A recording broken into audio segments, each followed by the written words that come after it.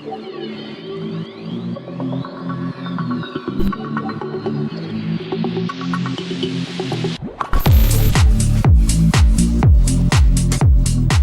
everybody, welcome back to the channel. Thank you so much for once again joining me this morning for tea time.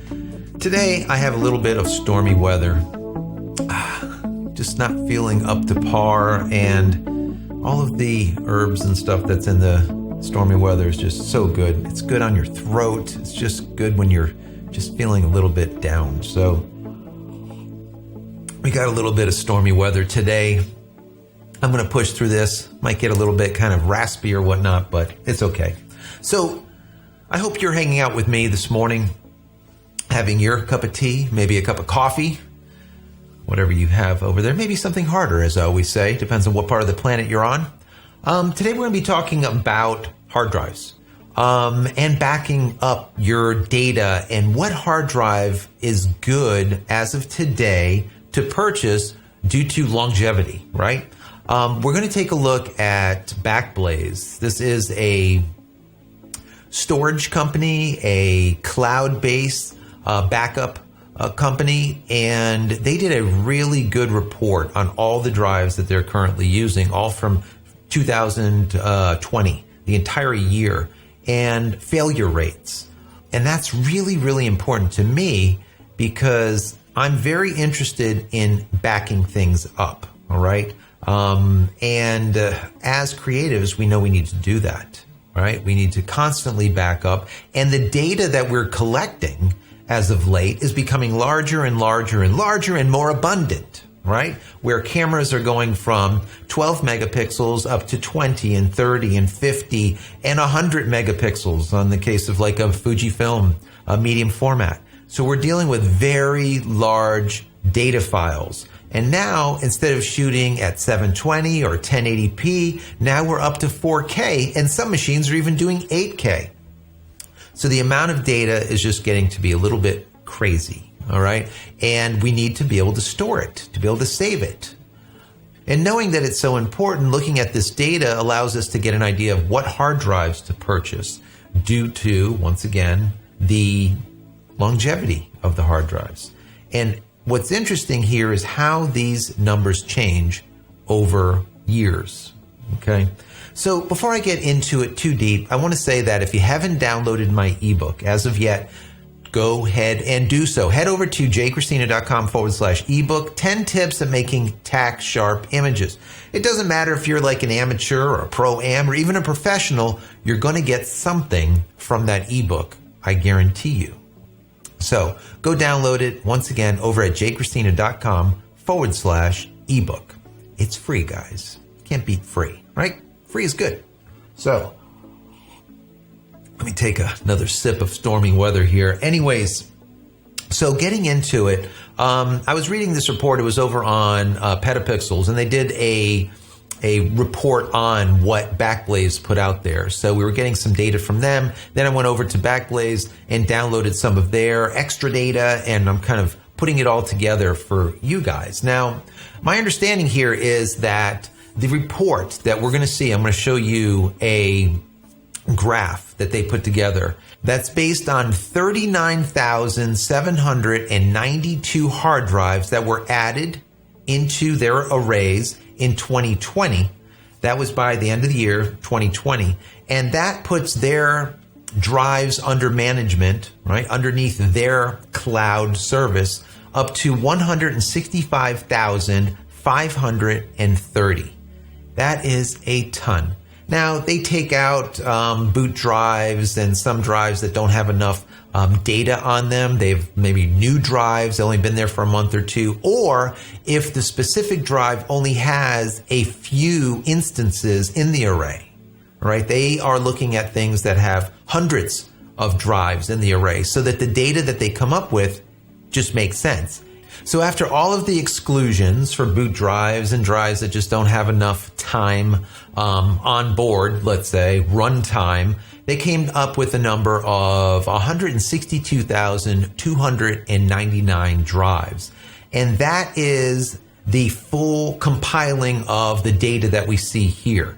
Now, This is an awesome chart here. This is awesome because it tells you which manufacturer it is, what model hard drive it is, how big it is, and then the drive count. Now, what's important about the drive count is how many of these drives do they have on board under their management? How many are in that massive array that they currently have of 160,000 plus drives? That's really important, that count. Then you have the average age. Those are in months. Now remember, it's an aggregate, as well as drive days, and then drive failures. And then finally, the most important thing of all is that AFR number. And it's given in a percentage. Basically, it is a annualized failure rate, AFR. And that's where we want to get it as low as possible. So when we look at the hard drives to see what their failure rate is, we can see over on the one column where it says drive failures, and we can see how many failures. But then when you take a look at how many the count is, a perfect example is the Seagate, the ST4000DM000. This drive is a 4 terabyte drive, but they have 18,939 of them that are running right now. So they have 269 failures, which is a 1.41%. That is not a great failure rate. As we can see, there's a lot better drives out there with a lower failure rate. Perfect example is all the way up at the top, we have HGST sitting with those 4 terabyte drives. There's one that has 12,744 that only has 0.27% failure rate. That's the type of stuff that we want to see, especially when it comes to securing our data. As far as these cloud service companies, they have just massive arrays, so they don't really care as much. They care, obviously, they don't want to have to throw drives away. But in RAID arrays, what happens is the RAID will say, hey, this drive is not checking too well. When we do a parity test on it, it's showing up having errors. Let's go ahead and fix those couple of errors and see how it goes. It marks the drive as being a possible problem, and then it'll keep on running as it is. Maybe it'll make the drive yellow instead of green. But what will happen is if it'll end up with more errors, then all of a sudden the drive will turn red, and the technicians know that that drive in this array needs to be removed and replaced. The array automatically takes all the data that it's currently housing and then replaces it, puts all of that data onto the brand new drive that gets put into the RAID array. That's the beauty of a RAID system. Now, once again, this AFR number is the number that we're looking for. It is that estimated probability of hard drive failure, and we want that probability to be as low as possible. Now, we can see that that brand new Toshiba, the 14 terabyte drive, that model, it's the MG07ACA14TA. That new one, as well as the new 16 terabyte version of that, they just put them into their array in 2020. Both of them are currently getting 0 failures. Now that is awesome. That's what you want to see. Now in the 14 terabyte model, you're looking at 21,000 of these that are in operation. 21,000, all right, with only 102 failures. That is a 0.91%, less than 1%. Now, is it as good as some that are 0.27% or 0.16%? No, but look at the numbers. That is a ton of drives to get less than 1% failure rate. 21,000 with only 100 that have failed. Now, we do see Western Digital not doing too bad with a 14 terabyte, 6,000 of them in operation with only a 0.16% of failure rate. But what I notice here too, besides all of these failure rates and how many are in operation that are under management by Backblaze, is who they use, right? What manufacturers do they use most when it comes to these hard drives? Now, there's a lot of reasons behind that, okay? But when I look at it, I see that they love Seagate, right? There's a ton of Seagates that they currently run. They also have a small portion of Toshiba and a little bit larger portion of the HGSTs. But now look at Western Digital, right? That makes me think. Now, is it a problem with production of the Western Digital? That's why they're not using them? Or are they seeing failure rates that were a little bit high in the past? That's a possibility too. But bear in mind here, the thing that I find interesting also is that the failure rates for 2019, if we look at this chart from 2019, I actually don't have it. I wish I did. They indicated that the failure rates were 1.89%. Now, in 2020, the failure rates are 0.93%. Literally half as many failures in 2020 over 2019. That means that these manufacturers are getting it together. They're figuring out how to get these drives to run longer, getting that longevity into these drives so that we don't have to have as many failures and return them for warranty or just data loss. Once that warranty is over, you basically are out of luck. And that's one of the other reasons why I think RAID arrays are or some type of array is very important as a creative, as a videographer, as a photographer these days, because there's so much data that we're currently collecting. Once again, the images are getting bigger and bigger and bigger. Where they used to be 12 megapixels, they went to 24 and 32. And then finally we're at 50 megapixels and even higher. And like I said, with medium format, we're at 100 megapixels. All day long, massive files. Right now on my current array, I have just over 1.5 million photos and a ton of video. And we have currently in that array about 32 terabytes of available data, available space, all right? What I've done, this information I think is really important for you guys. If you're purchasing a drive that you want to use for archival, but also if you're purchasing a drive for your computer that's going to be a physical drive instead of an SSD, knowing which ones are going to last you and most likely will not have a really high failure rate will probably be the ones that you want to purchase because you don't want to risk data loss. But also, once again, if you want to put a drive into a NAS, you want to put things that are going to run for a long period of time, okay, under intense workloads. And you know Backblaze, those drives have intense workloads. And be able to know that your data is secure and protected, right? So what I have done is I've created my own NAS. Now, in the past, or I have in the past purchased like NAS appliances that were from all different companies, from TerraMaster, from QNAP, from Western Digital, Buffalo, from Netgear, and everyone else.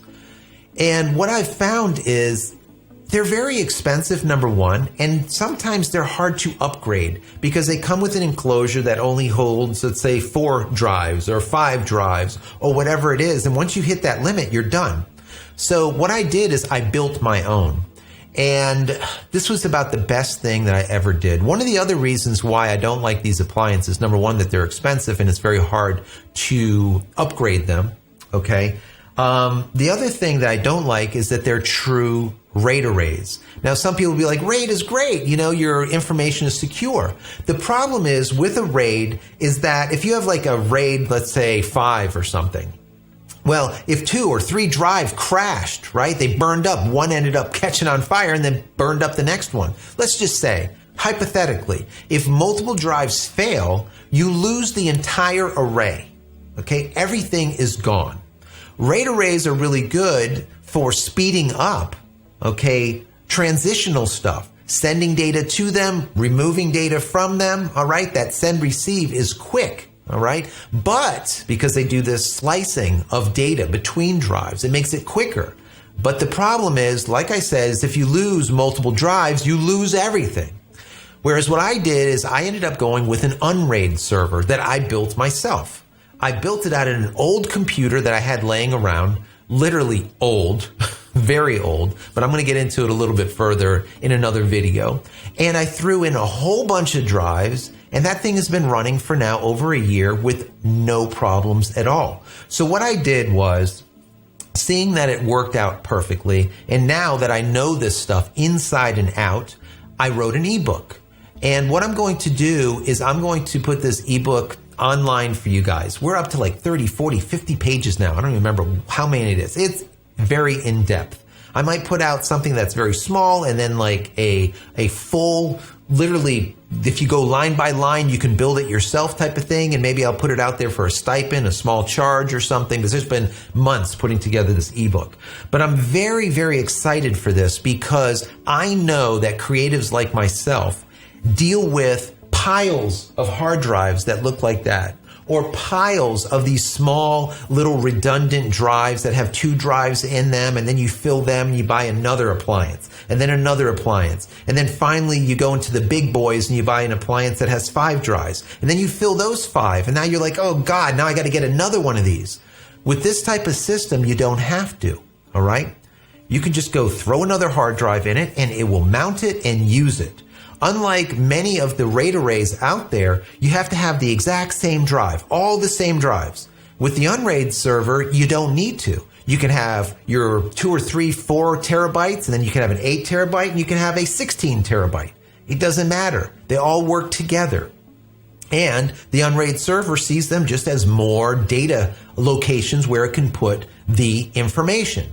It works out awesome. So while it's not as fast as a true RAID array, like a RAID 5, let's say, RAID 10, whatever, it's not as quick. It still gives you all of the archival backup, the safety of a regular RAID array, with the added understanding and safety. And just to me, what is the most important thing is that your data is safe, even if drives die. So in one of these appliances, if you have a RAID 5 and 2 drives die and you lose everything, with this system, if you lose 2 drives, you lose 2 drives. You have 3 drives of data that you can still access. You don't lose everything. So you sacrifice a little bit of speed, but you have archive, which is the most important thing to a lot of creatives. All right. We are not doing our video edits through a RAID array. We don't really need to. We can very simply do our edits on an SSD, is what I do. And then when I'm all done, I send it all over to the unRAID server. And I don't care how long it takes. It doesn't matter. Okay, so there is a lot of goodness when it comes to this. So like I said, I'm going to put together this ebook. If you're interested in it, in the comment area below, let me know that you're interested in it, because I'm really excited for this, because like I said, I know there's creatives like myself that have piles and piles of drives and you don't know what to do with them. You don't know where anything is, and you like, this is 2018, this is 2019, this is business, this is personal. It's just a mess. And then to try to figure out where things are if you need to find something is next to impossible. But with this massive 32 terabyte array that I currently run, I can look for anything in a split second and find it all the way back from like 2008, whatever. And I'm still putting hard drives onto it because I have so many. So anyways, like I said, if you're interested in this, let me know. So guys, I hope you got something out of this. If you did, just even a little bit, throw this video a big thumbs up. That would be very, very helpful for the YouTube gods to look kindly on the video and possibly have other people watch it. Recommend it. That would be awesome. Also, if you're not subscribed, please subscribe to the channel. I found in my stats that there's so many people that are watching my videos that are giving them thumbs ups and are enjoying them, but they're not subscribed. Subscribe. Let's try to get those subscriber numbers up, all right? Because I know there's so many of you that are just watching and you're not subscribed. So please do so. Also, if you are subscribed, click this little bell icon over here. This is a little thing, little fancy bell here that YouTube gives us all to notify us that there's a new video out. So if I go live or if I put out a new video, you'll be notified of it immediately. And I'm going to say immediately in big air quotes, because YouTube has been having a hard time when it comes to this lately. It's really annoying. But anyways, click that little bell icon. When they get it all together, you'll be notified of it immediately once I go live or if a new video comes out. Also, when we're done talking down here in the area below this video, all those comments, go over to community.jcristina.com. Once again, community.jcristina.com. You can find our creative Discord server there. There's hundreds and hundreds and hundreds of tech heads, photographers, videographers. They're all there talking all day long, 24/7, 365 days a year. There's no downtime and there's no trolls. Also, if you want to contribute to the channel, all right, click this little button down here that says join. You can become a member. You can give us $1, $2, $3 a month, whatever you so desire, whatever you can afford. And then I can give you perks for doing so, which to me is awesome. I don't like to put out a PayPal, say, throw me some dollars if you want. I hate that. I like to be able to always give back. So once again, click that little join button and become a member of the channel. And finally, head over to the website JCristina.com where you can find all the photography tools that I've invented for you and me over the years, and hopefully there's something there that you might like. And if there is, please pick it up and support me and my family. That would be awesome. And don't forget to use promo code YT20. 20% off. For getting to the end of this video, 20% off.